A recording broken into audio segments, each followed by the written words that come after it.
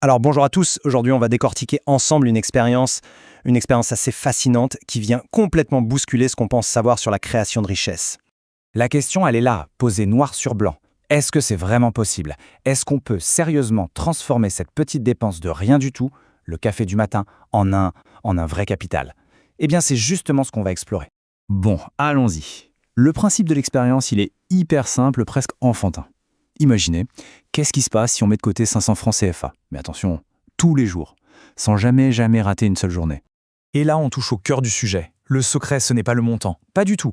Le vrai pouvoir, la clé de tout, c'est l'habitude. C'est cette petite action, répétée encore et encore, de manière automatique. C'est ça qui fait toute la différence. En fait, c'est l'automatisme qui prend le dessus sur l'émotion. Et c'est absolument crucial. Ok, mais bien sûr, ce n'est pas si simple. Il y a un obstacle énorme, surtout au début. C'est l'épreuve de la patience.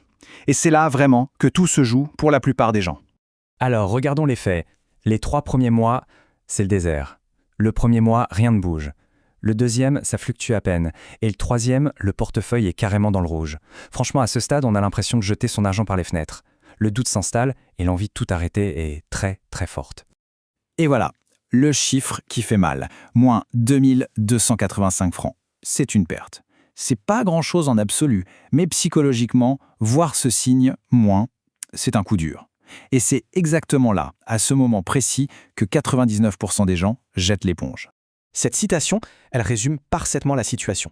Ce n'est pas un échec cette petite perte, pas du tout. En réalité, c'est le premier filtre, c'est le test, l'épreuve du feu qui détermine qui ira jusqu'au bout et qui abandonnera en chemin. Et puis quelque chose se passe, un événement qui pour la plupart des gens serait une catastrophe. Le marché se met à baisser. Et c'est là que l'histoire prend un tournant complètement inattendu. Voilà le scénario. 4e mois, le marché dévisse de 8%. Panique à bord, non? Pour l'investisseur lambda, c'est le signal de vendre, de fuir. Mais pour notre petite stratégie quotidienne, c'est tout le contraire. C'est là que sa magie commence à opérer. Et tout est là-dedans. C'est une question de perspective. Pour celui qui regarde à court terme, c'est une catastrophe. Pour celui qui a une vision à long terme et une stratégie automatique, c'est une promotion. C'est comme si votre magasin préféré affichait soudainement moins 50% sur tout. On ne fuit pas, on en profite. Alors comment ça marche concrètement? C'est simple. Les 500 francs, eux, ne changent pas. Mais comme le prix des actions a baissé, eh bien avec ces mêmes 500 francs, on en achète plus. Du coup, le coût moyen d'achat diminue petit à petit. En gros, la discipline est récompensée, pas la tentative souvent vaine de deviner les humeurs du marché. Maintenant, parlons de l'ingrédient secret. L'ingrédient que rien ni personne ne peut remplacer. Le véritable super pouvoir dans cette histoire, le temps. On parle bien sûr des intérêts composés. C'est ce fameux effet boule de neige. L'argent gagné gagne à son tour de l'argent. C'est un processus qui s'auto-alimente. On dit même qu'Einstein considérait ça comme la 8e merveille du monde. Et honnêtement, quand on voit sa puissance sur le long terme, on comprend pourquoi. C'est le véritable moteur de l'enrichissement. Et cette phrase, elle dit tout. Le temps, c'est le grand égalisateur. On peut être riche, mais on ne peut pas acheter le temps perdu. Commencer tôt, même avec très peu, c'est un avantage absolument colossal que personne ne pourra jamais rattraper. Parce que l'inverse, c'est quoi? L'inaction. Et l'inaction, ça a un coût. Ce graphique est très parlant. L'argent qui reste sur un compte en banque, il ne stagne pas, il fond. Lentement mais sûrement, l'inflation vient grignoter son pouvoir d'achat. En clair, ne rien faire, c'est choisir de s'appauvrir un peu plus chaque année. Bon, assez théorie. Voyons les résultats concrets. On va d'abord regarder ce que ça donne au bout d'un an, juste pour voir. Et ensuite, on va se projeter beaucoup plus loin. Et voilà, après un an, plus 12,97%.